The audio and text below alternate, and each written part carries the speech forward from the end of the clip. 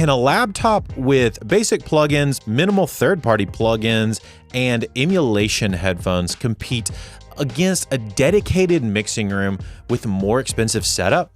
In today's video, we're gonna test out exactly that. We're gonna mix two versions of the same song. One in my studio that I work in every day with my M1 Max Studio, the room that I'm used to mixing in, and every plugin that I have at my disposal. The other mix is gonna come from my M4 MacBook Air, my Slate VSX headphones, and a limited selection of plugins so I don't overdo it on my smaller laptop storage space. Along the way, I'm gonna show you how I mixed each version broken down into 5 sections: drums and bass, acoustic and electric guitars, keys and synth, vocals, and the master bus chain. But I felt like I needed higher stakes than just that. Then I got a really interesting call from my friend and fellow creator, Jonathan Allen Wright. All right, so Andrew, I am working on a video right now, and I think I need your help. Okay, what you got? All right, so I'm going to listen all the way through every Switchfoot album. Okay. And I think I'm going to try to rank them, but I want to pick a song and do a cover of it at the very end. And I just, like, if you're game, I would think it would be awesome to kind of get you to mix it. So I proposed we do this test with his song. At the end, we're going to blind A/B test the mixes, and Jonathan's gonna choose which one that he's actually going to release on his YouTube video. Not knowing which one is which, and you get to decide if he made the right decision or not. This is the part of the video where I make a fool of myself. Hey, Drew, let's go! I spent a couple weeks in between these different mixes, and you'll see the difference because my face is more shaved in one video than the other. And I did this to try to make sure that I had enough time in between the different mixes so that I wasn't referencing the first mix when I was doing the second mix. Just to give you the tech overview, the studio mix is done on a 2022 M1 Max Studio 64 gig version with 2 terabytes of internal storage. And the laptop is a 2025 base M4 MacBook Air 16 gigabyte version with 512 gigabytes of internal storage. Both mixes are being done inside of Pro Tools, and the master bus is actually being used in the same suite, which we'll get to at the closer to the end of the video. But that's just to kind of keep a baseline of consistency between the two as far as having good mastering processes. But let's hop right into these mixes, starting with the drums. All right.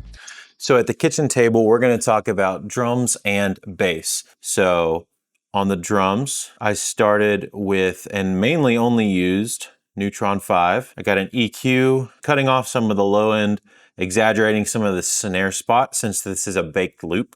Dipping out right here some of the like 220-ish area, yeah, 276 maybe, yeah, to kind of scoop some of the mids above the snare out since this is kind of like a lower tuned snare sound, as well as a little bit more of a mid scoop right here just to clean it up. And I felt like the sample was a little bright for the indie tone, so I darkened the tops. I'm controlling a little bit of those sub frequencies, and it did like lose a little bit of the impact of the kick, but that's okay because I'm trying to make sure we keep room for the bass here.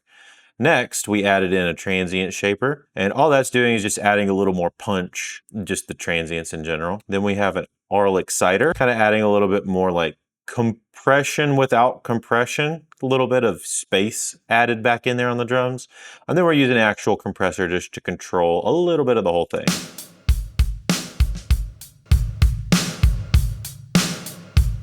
And just bring everything a little bit more forward. That's all I'm trying to do, is make it sound less like a loop and more like a drum in a room.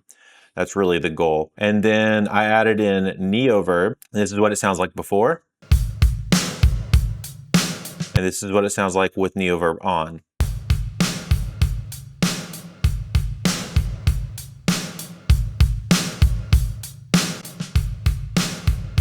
Just a little bit more space, a little bigger, a little wider sounding. It actually thickens up a little bit in the lower mid-range in a good way that I enjoy. It also brings in some of that oomph back from the kick without it necessarily being so subby. So on the studio version of these drums, I started out by using a clipper just to kind of bring down all of the transients a little bit more and bring up the room and the body. And then next, I actually hit it with a compressor, the H comp from Waves, just kind of controlling everything a little bit more, kind of smoothing everything out. And now we add the EQ, which looks like this. The curve looks like this. Using a little bump here to bring out the kick presence, cutting some mid-range boxiness. And this little space right here below the snare is like the top end of the kick. And I'm trying to create like a little bit more separation there so it feels less boomy of a kick drum. And then finally for the drums, I added the T-Rack Sunset Sound reverb. And without that, you heard the drums before. Adding that reverb sounds like this.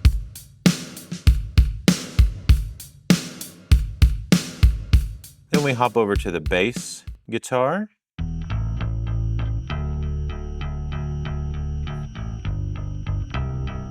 And with this, you're gonna hear the super high-end squealy frequency. And so first thing, we're gonna throw on the ozone EQ. We're gonna do a big cut here, bring in the presence back in around the, what is this, the 1.5K mark. And then do a little bit of mid-ducking here. Let's listen, and then I'll bypass it, and then we'll put it back in.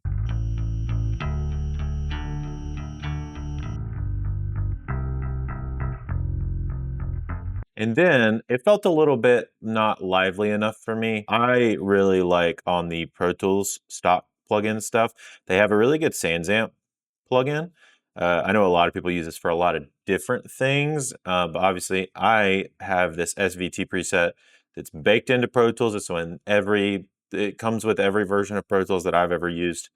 And it's a really good go-to in case like I don't have anything. And here's what that sounds like without and then with.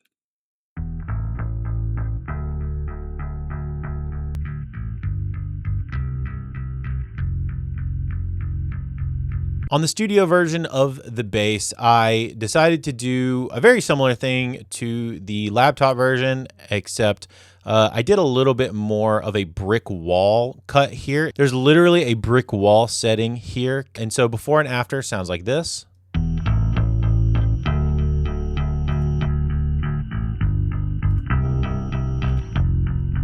Cleaning up all that top end noise, adding a little bit of bite back in the 1.6K range, doing a little bit of a dip in the middle to clean up some muddiness. Then on the studio version, I added the C4 plugin, which really just kind of brings in some control across the board, some top end control and bottom end control.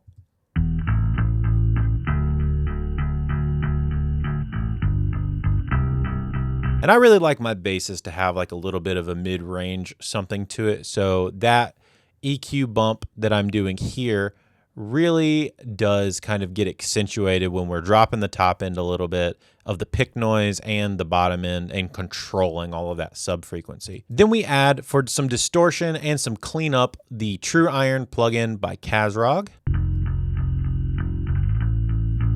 And then with it, it's a very subtle thing that it does. It's kind of hard to hear it, but it does clean up some of the top and kind of gives the mid-range a little more presence. It's a very subtle thing. I tend to really like it on my bass guitars though. Let's stop and take a pause right here and hear both the drums and bass from each of the mix options here so far.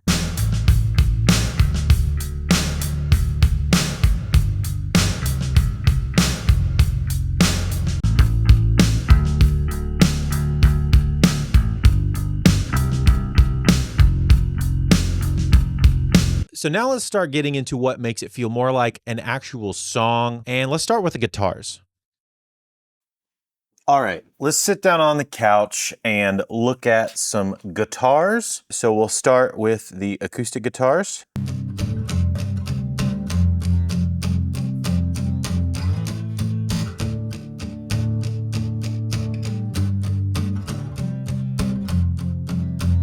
So we have like a hard pan left to right kind of deal. I do have them grouped into one single acoustic track. And then the thing I am doing to each of them is this SSL Plugin Alliance plugin that I do love a lot and has become one of my favorites to use. So here's what that sounds like. We'll just do the left side. Plugin on.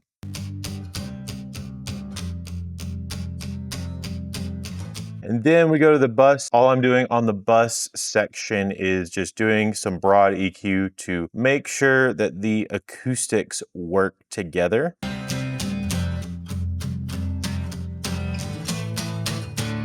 Next on the studio side, we're going to look at the guitars, starting with the acoustics. And what I did with the studio versions of the acoustic guitars is I actually made them a little darker, except for the right one. I believe the right one might have been a little darker already, but compression is the exact same. So let's check those out with these SSL channel strips on them now.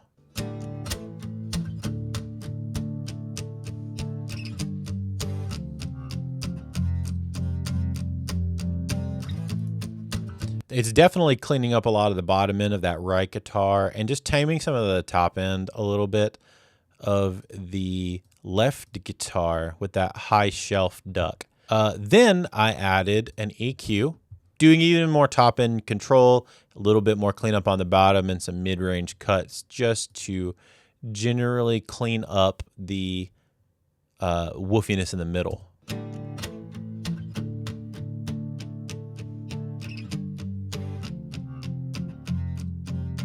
The acoustic guitars for this song I tend to use in a more of a percussive element. Definitely still has tone to it, but the electric guitars really drive this song in my opinion. So I was kind of using them in that way. Then we move over to Soothe. That's just doing a little bit more top end control. And add the Soothe in. As you can see, it's just ducking a little bit of this 4K to 5K area, maybe even up into 6K. Giving a little more smoothness on the top. And then I added a little bit of reverb. So of the Deverb plugin that comes with Pro Tools, let's check out what that sounds like.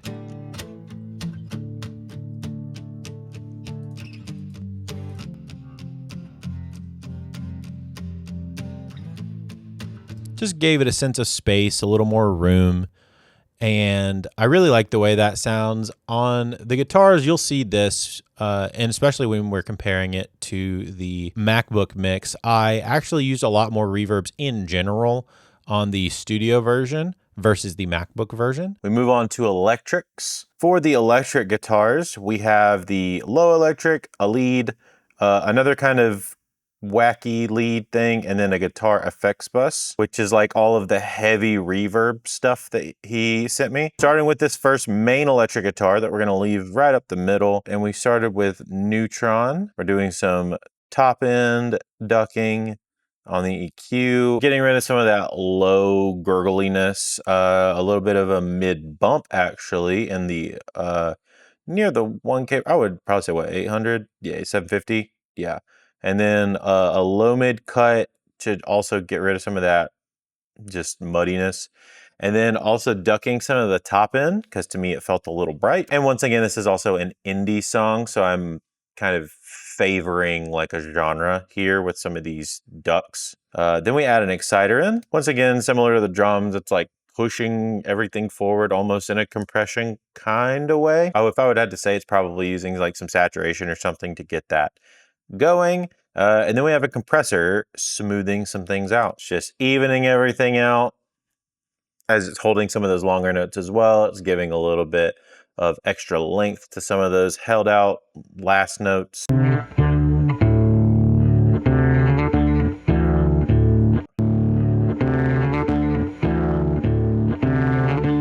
And then we have Neoverb again without. And then adding it in.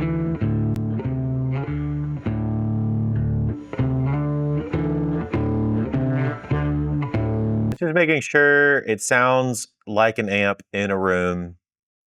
My goal with a lot of these things was to make it feel like a band was in a room, with the indie-ish kind of vibe that Jonathan was going for. And also kind of my gut instinct with this as well was to really lean it into the indie side of things. For the lead, really all I did was a little bit of compression and EQ.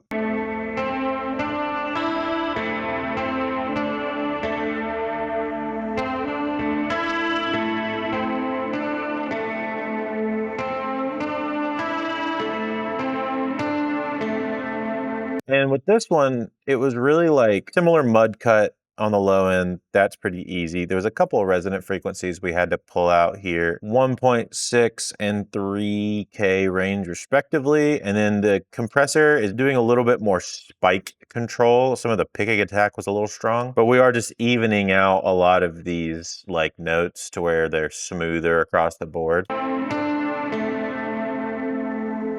And you see as it decays, it's bringing it back up. Just elongating and evening out. And then if I'm not mistaken, the wacky tape is basically the exact same settings.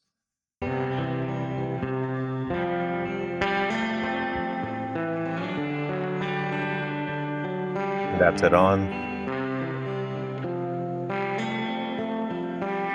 I did have to brighten this one up, but it's still basically doing the same thing where we're ducking some stuff. This thing just sounded different, so I had to like EQ it slightly different to make it fit the stereo spectrum a certain way, but that was pretty much it. And then the last thing is this effects bus, which is really just controlling the reverb tails. So this is a print of all of the effects that he added onto all these guitars.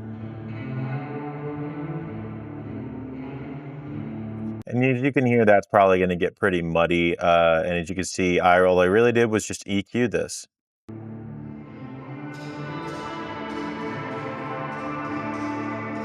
Just smooths it all out. It also has the sends from the acoustic guitar as well, which we also did not add any reverb to on it.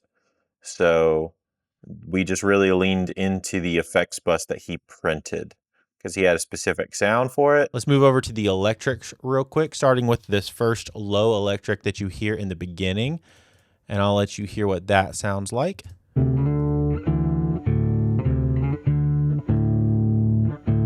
Really muted sounding lower electric guitar, and the EQ, we are doing low dip, high cut, and some mid-range clarity. Then I added a 3A, which is one of my favorite electric guitar compressors. Generally adds a little bit more attack to guitars as well. And then finally I added, like I said, Valhalla Vintage Verb to give it a sense of a little more space and its own kind of space separated from some of the other guitars.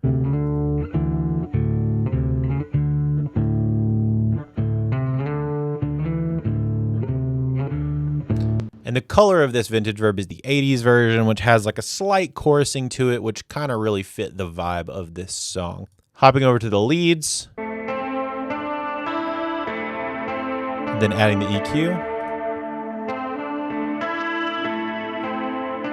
And then we have Soothe, just doing a little bit more on the top around 4K.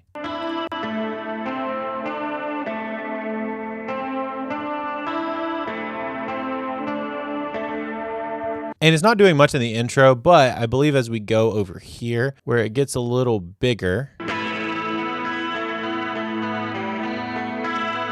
really around like the 3K area, it's getting some of those harsher frequencies and pulling them out. And then on the quarter right panned electric, a very similar EQ, except I added the top cut. Let's add that EQ in.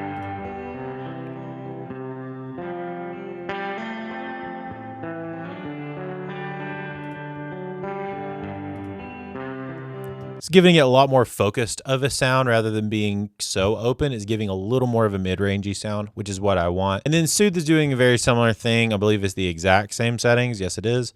Between those two guitars. And it's really for, like I said, this ending part. When he's digging into the guitar a lot more, it starts to get a little bit of a 3 to 4K buildup, and I'm not a big fan of that. And then we give it its own space by adding some Valhalla Vintage.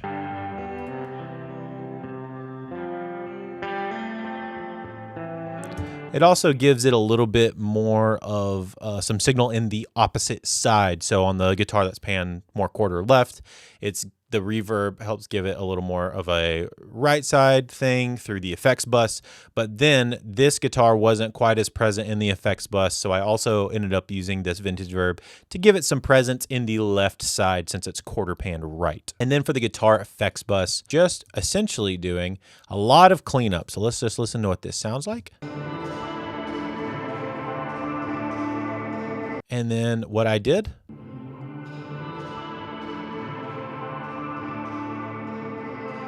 really focusing the verbs a little bit more, cleaning up some of the mid-range muddiness, taking out a lot of the low end, and it was really bright, so I cut a lot of the top end out of that. Welcome to the bedroom. Here we are gonna look at synths and keys. So first off is the piano.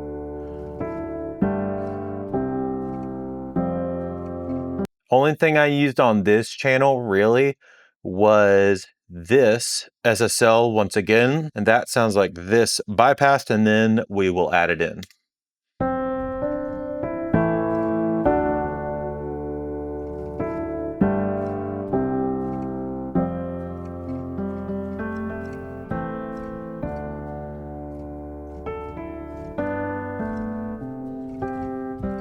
So we're brightening up the air on it because it felt a little dark, but we are taking out a good bit of the high mid register 3K area, as well as the low mids to make it fit a little bit better in the mix. It gives it a totally different sonic shape in a good way. Then also, we are doing a decent amount of compression just to control it. The compression does a couple different things. Settles it back, brings up a little bit of the low notes that you lose because the tops are so bright now. But it also gives that like nice attacky pumping characteristic that people really like in their pianos sometimes, which I tend to really enjoy. Moving over to the shimmer synth, which sounds like this with no plugins on it. So here we're doing some light EQ, just cutting out some of that sub frequency, which is pretty strong actually when you listen to it.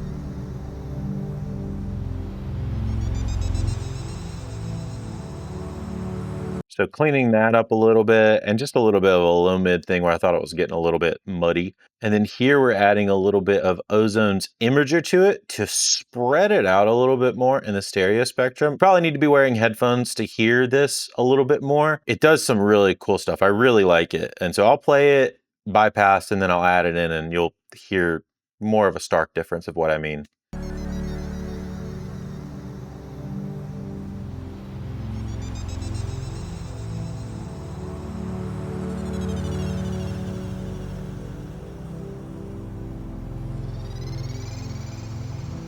It does some really nice widening. It does tend to lean to the left, but that's okay. On the other side, we have some other things that are going to take its place on the right side. So I don't actually hate that it leans a little bit to the left. Because next we have the flute.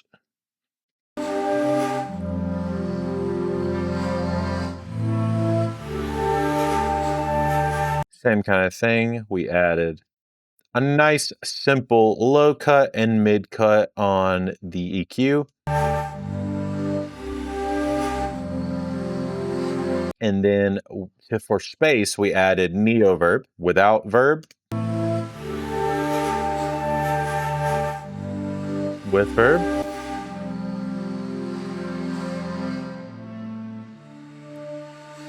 And as you can hear, weirdly, that neo verb ended up leaning it to the right a little bit, which fixes the stereo spectrum problem of the shimmer synth leaning more to the left with the imager on it. So those two actually counterbalance each other pretty nicely.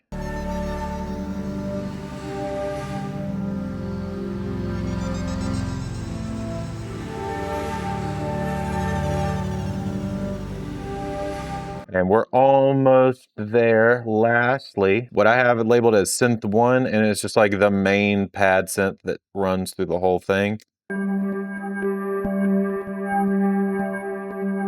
It's like this motion droney synth kind of thing, but it's literally running like the whole time. It's got these little bells that are tinging and kind of going across the stereo spectrum in a cool way. So for the EQ, I actually darkened it with a shelf and then obviously cut out the low end. Similar moves to the other synths. Really the only change here is that I did a high cut a little bit more. So let's bypass that and listen to it without and with. And adding it back.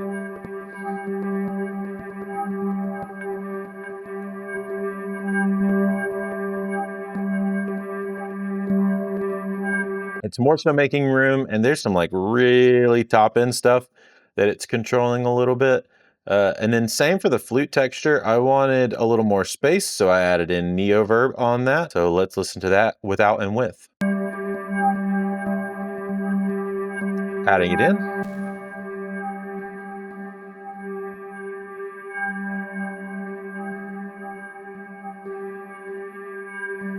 And for both the flute texture and the synth, I started with the more depth preset and then kind of tweaked it to what I actually needed it to be. But that was a good place to start. And then as you can see, I added in some reverb send options that I thought I might use.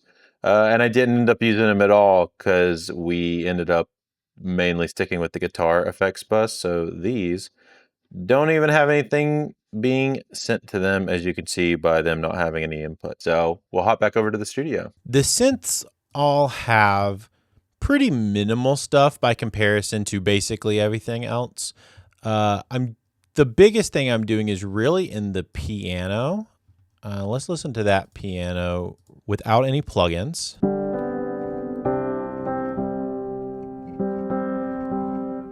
And really all I'm doing is some cleanup here on the EQ.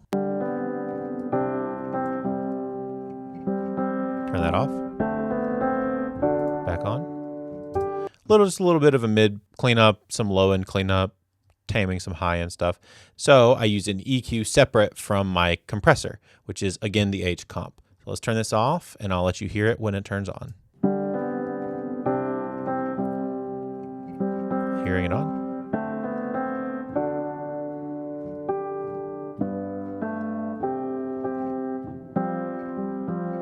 Giving that really like crushed, overly compressed piano sound intentionally. And then we added some reverb to give it more of a sense of its own space. So let's listen to that before and after.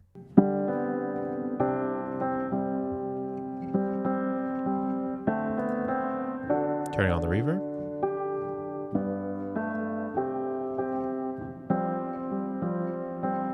Some more tails, which is really nice, and a couple instances of him hitting some of those higher notes. The synth number 1, which is the shimmer synth. So the little high bits. It's mainly just a cut and a mid-range cut.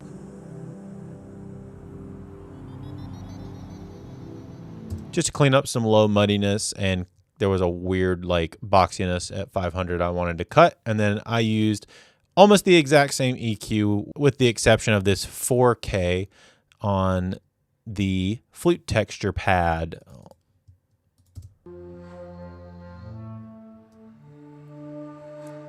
Let's hear what that sounds like with the EQ.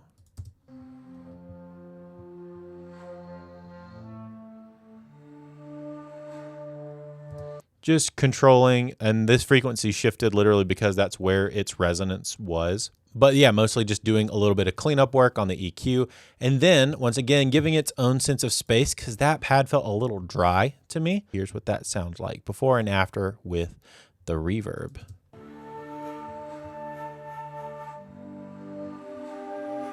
And adding the reverb.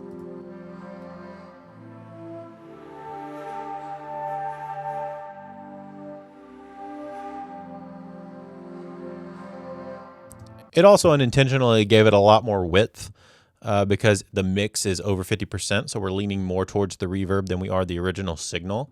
And that just kind of gives it a sense of separation, which is really nice, to be honest, and puts the flute more in the back of the mix, which is kind of where I wanted it to be in the first place. Then we move on to the other synth pad, which you hear at the beginning as it comes in. And really all I'm doing here is, once again, just some cleanup. On the bottom, 400, 1.5K, and at 10K. And I believe this 10K is a resonance frequency. So I'll turn that off so you can hear before and after.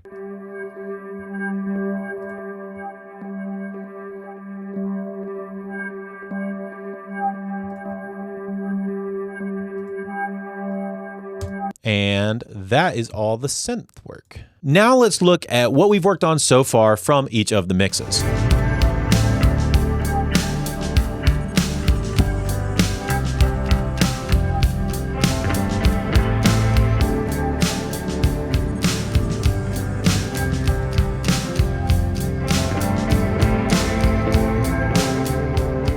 Sounding great, now let's put the final touches on these songs with the vocals and the master bus processing. Welcome to my bathroom, where we're going to talk about things that people do in the shower. Yep, we're going to talk about vocals. We're going to start with the lead vocal. I ended up using a lot of the same stuff kind of across, so I'm going to explain the main vocal and then go through and show a couple of the differences that we did here. So first off, I started with the pitch correction aspect. Everyone dies. Everyone loves a fight. Just a really light amount, just to control some of the shifting here and there. The main part of this comes in at the VMR stuff, which I'm a big fan of because I do use the Slate ML1 stuff. I love it a lot. The main reason I'm using this, and I know actually that Jonathan does not use that mic, but you might ask, Andrew, why are you using the Slate VMR like mic locker tube stuff? Well, I will answer that question with another question. Do you like variation? Because I sure do. And a thing that plugin does extremely well, as you'll see in some of these other plugins, is that it gives your vocal a natural characteristic that may not necessarily be there innately. It's a little bit of a weird use case for this plugin, but I'm kind of using it to pre-shape the mic and the vocal to already be kind of closer to what I want it to be, rather than having to do a bunch of other extra EQ moves and stuff. So all I did was play the vocal, cycle through a couple of the mics till I found the one that I felt like sounded the best for what I was doing, and then left it on that. So let's hear that before and after. Nothing is sound. Nothing is right side right. Evening comes when the sun goes down in. So it's doing a little bit of thickening. I mean, it is a 47, so doing some of that vintage kind of style, like we've been talking about this whole time. I knew he wanted more of an indie sound, so kind of leaning more in that direction. Then we add one of the goats of this entire session, and that is the SSL plugin channel strip from Plugin Alliance. Once again, we will without and then with. Everyone dies. With everyone loves a fight. Just doing some light EQ and sculpting with some control with the compressor, just to kind of help even out some extra stuff. Then I wanted a more of a two-way style compressor, so I grabbed the Nectar compressor, put it to vintage, and did kind of like a slower attack release, kind of middling to slower attack release scenario, and that's what this sounds like. Everyone dies. Everyone loves a fight. Everyone dies. Everyone loves a fight. Just smoothing everything out just a little bit more. Then, now that we've added all this compression, we did a little bit of de-essing here. And you can hear it on the word like dies and loves to fight. Those are the big places that we are controlling with this. Everyone dies. Everyone loves a fight. And then we add the de-esser back in. Everyone dies. Everyone loves a fight. Just cleaning that up a little bit extra, making it go the extra mile. And then, because of the style, he mentioned a lot of chorus stuff, so we added a chorus to it. Let's hear what that sounds like, and I'll just kind of bypass that and unbypass that. Everyone dies. Everyone loves a fight. Nothing is sound. Nothing is right side right. And as you can see on the bottom right here, I'm actually doing it in parallel with a mix slider on the bottom right there. And that's just making sure I can retain some of the centerness of the main vocal.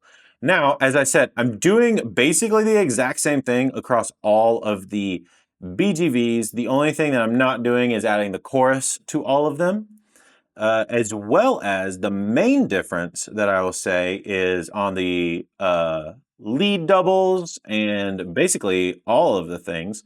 I'm using a different mic in the VMR. I'm using the FG269 instead of the FG47 for the lead vocal.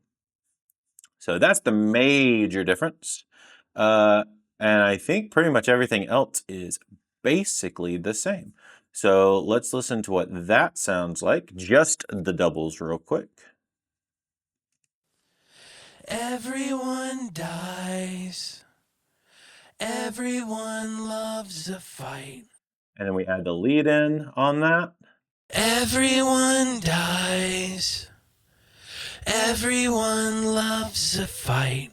And then the same thing as the guitars, he sent all of his effects down one nice, comfortable send for me, and then I EQ'd the mess out of it to control it.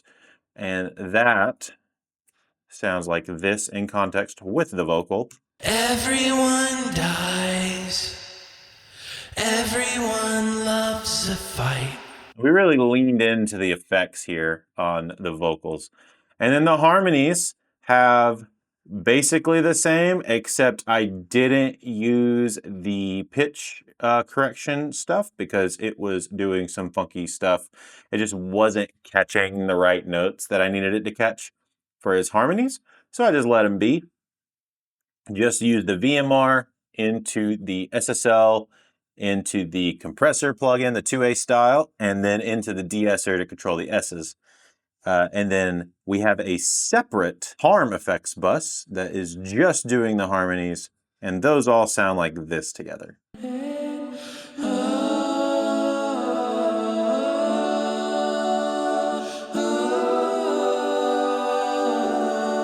And then let's add back in the leads just so you can hear all the vocals in context. Happy is a yuppie word. Nothing in the world could fail me now. It's empty as an argument. I'm running down a life that won't cash out. And that is all of the vocals. Let me get out of this bathroom. All right, the studio vocals follow a very similar process to the MacBook vocals because I have a general way that I tend to approach vocals all the time. I'm going to show you one and then I'll show you the subtleties that I did throughout, but they're all a similar in shape. I'm pretty sure a lot of them are exactly the same because a lot of them are doubles of the main things that they're doing. So to start, we're going to look at the raw chorus. Happy is a yuppie word. So that's the vocal I'm doing. I always start out with a little bit of extra tuning if it's a singing vocal, and I'm using the Auto-Tune eFX plugin. All it does is just center the vocal a little more. And to be honest, the Auto-Tune plugins have like a very specific sound to them. Nothing in the world could fail me now.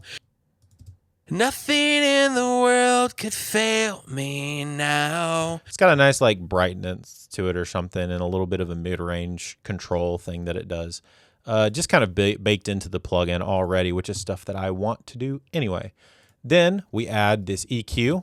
Happy is a yuppie word. A little bit of mid-range cleanup, low-end cuts, some control here and there. Happy is a yuppie word. There's a little bit of whistly frequency right here from, I think, the mic that he was using. Happy.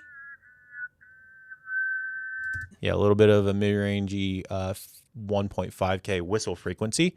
Then we hit it with compression as our first instance of compression here. Bypass that.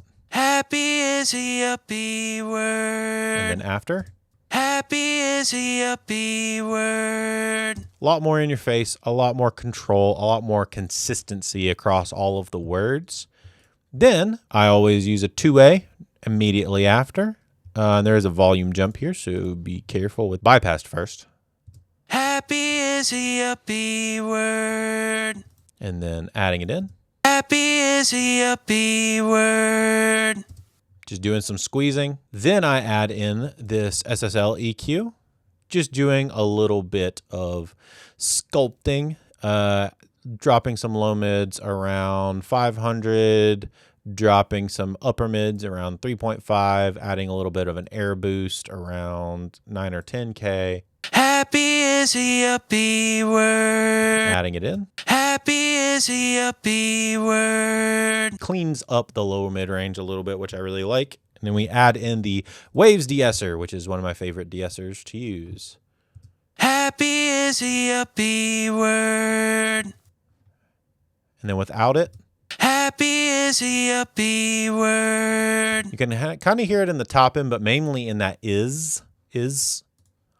Happy is a yuppie. And then with it, happy is a yuppie word. Just a little more control over the S's in particular, especially when you're doing a lot of compression like that. It tends to get very S-y. The thing is, all of these vocals are the same because all of these vocals are doubles. So I actually treated them all, as you can see over here, the exact same plugin sequence. They should literally be all the exact same plugins as well. Sometimes, and I did do it on this, on my left rights, I will darken those and leave the lead in the middle brighter, just to give it some width, but so you're not getting as many S's and brightness on the wide. That is something that I tend to do with vocals. I believe on the harmonies, all of these are the exact same EQs. All this does is just get it really, really wide and get those vocals particularly out of the way of things like the synths and the guitars, and kind of ducks them under it and lets the lead vocal really shine in the middle and be bright and forward in the middle. Only other changes on the lead vocal effects bus, did some EQs here. Low cut all the way up to 142, about 2K dip, and then a shelf down at 4.3K is what it sounds like. So before and after for that, because these are only for the lead vocals. So it's all three of them being sent. And as you can see, it's a little shrill on the top. So I engage that EQ. Much more pleasing, much more fitting. And then for the harmonies, I did the exact same thing, literally the exact same EQ. I think I went a little less heavy on the top end section of this because I wanted the brightness of these to really shine through of the harmony effects bus. And I also leaned more into the harmony effects bus than I did the actual direct harmonies, where normally I would use the effects send as more supplemental.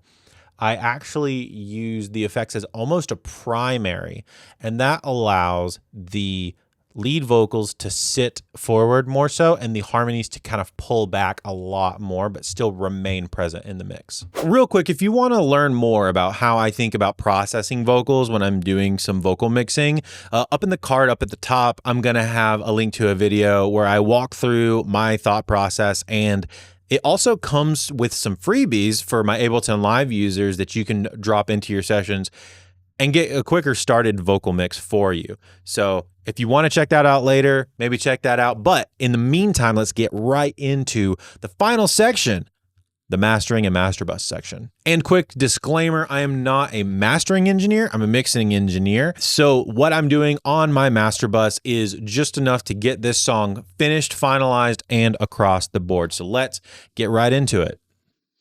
And yes, for the last bit, we are back in the studio, just in a different chair. To be honest, for the master bus, all I did was essentially the exact same rough idea on the master bus. It kind of ended up being pretty much the exact same stuff, same shape, low mid imaging, same impact enhancement on the low end, same clarity enhancement on the upper mid-range stabilizer section, same EQ, dynamic EQ section pretty much. And I think the maximizer, from what I remember, should be very, very similar.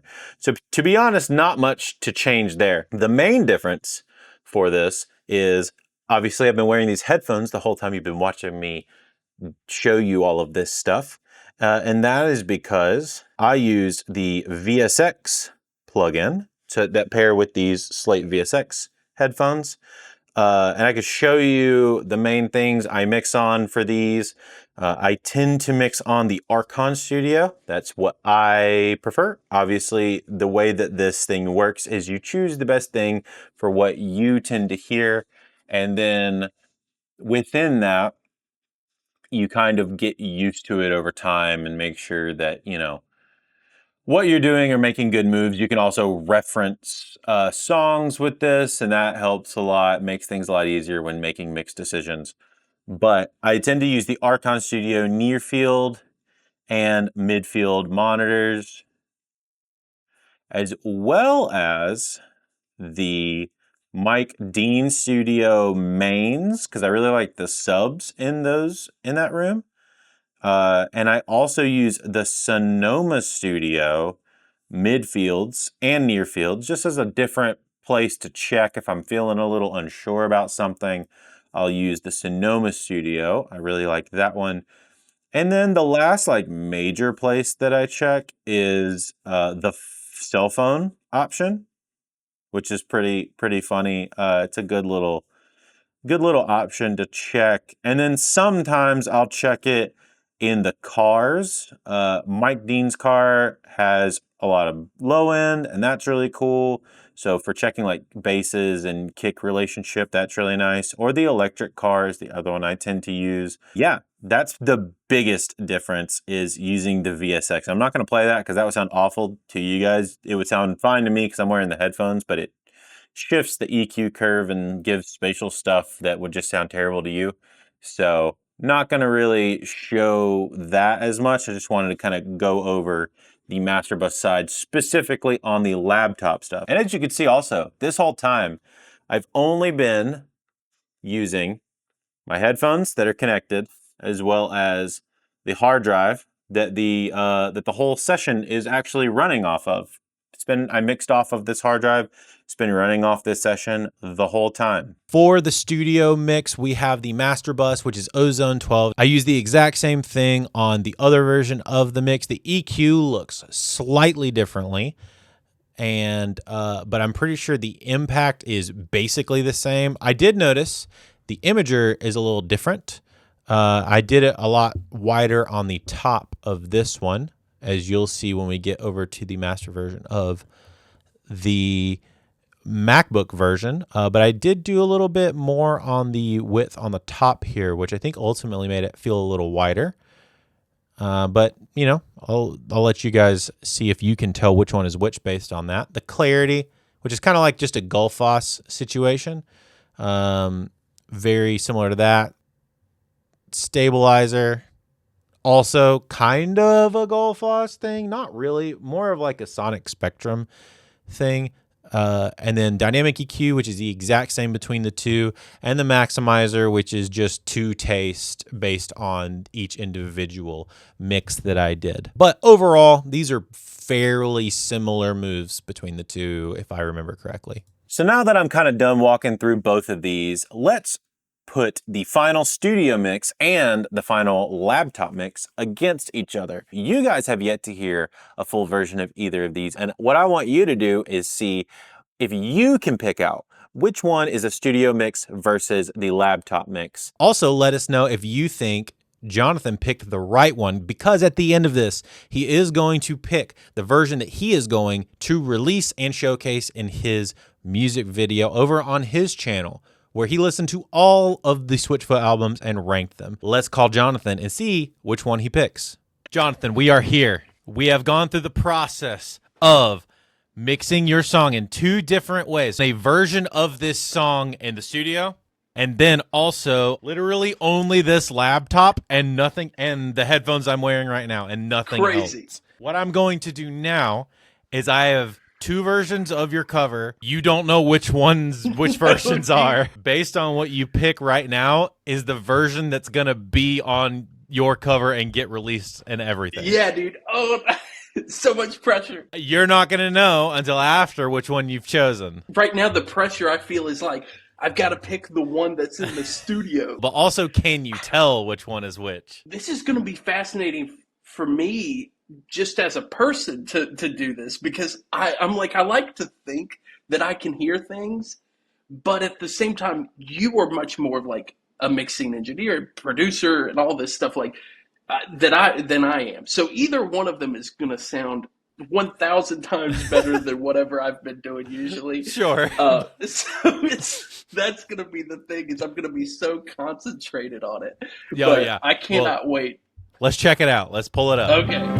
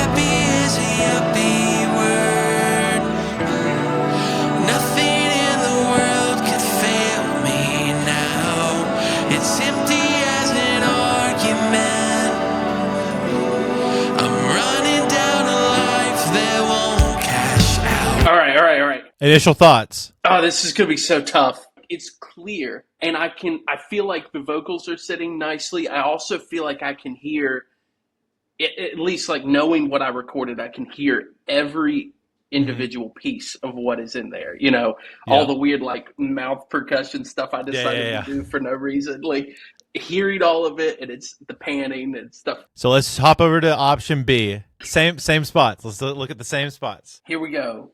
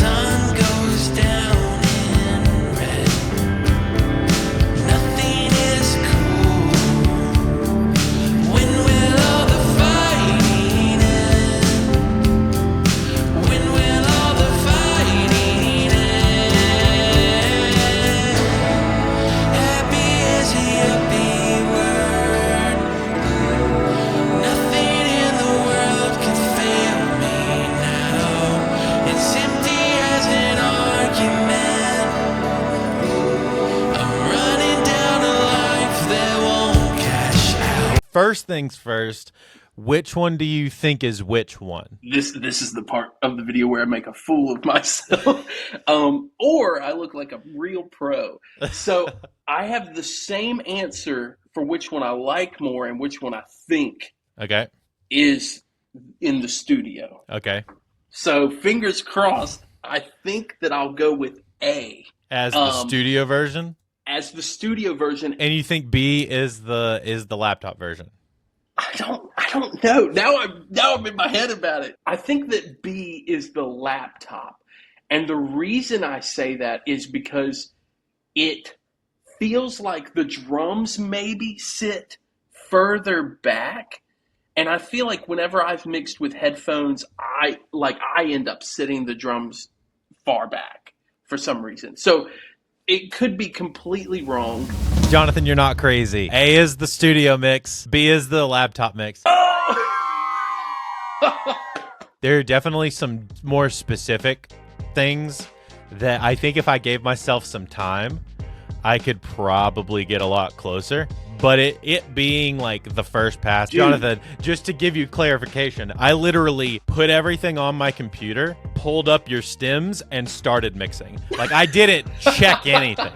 I just put on headphones and went with my gut on everything. And then you were like, what is he doing? Yeah. This man sent me the nastiest stems I've ever seen.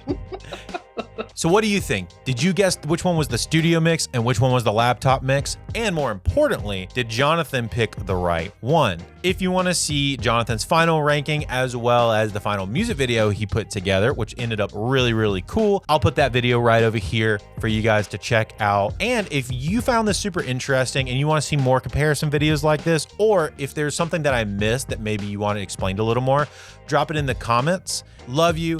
Keep on creating, and I will see you in the next video.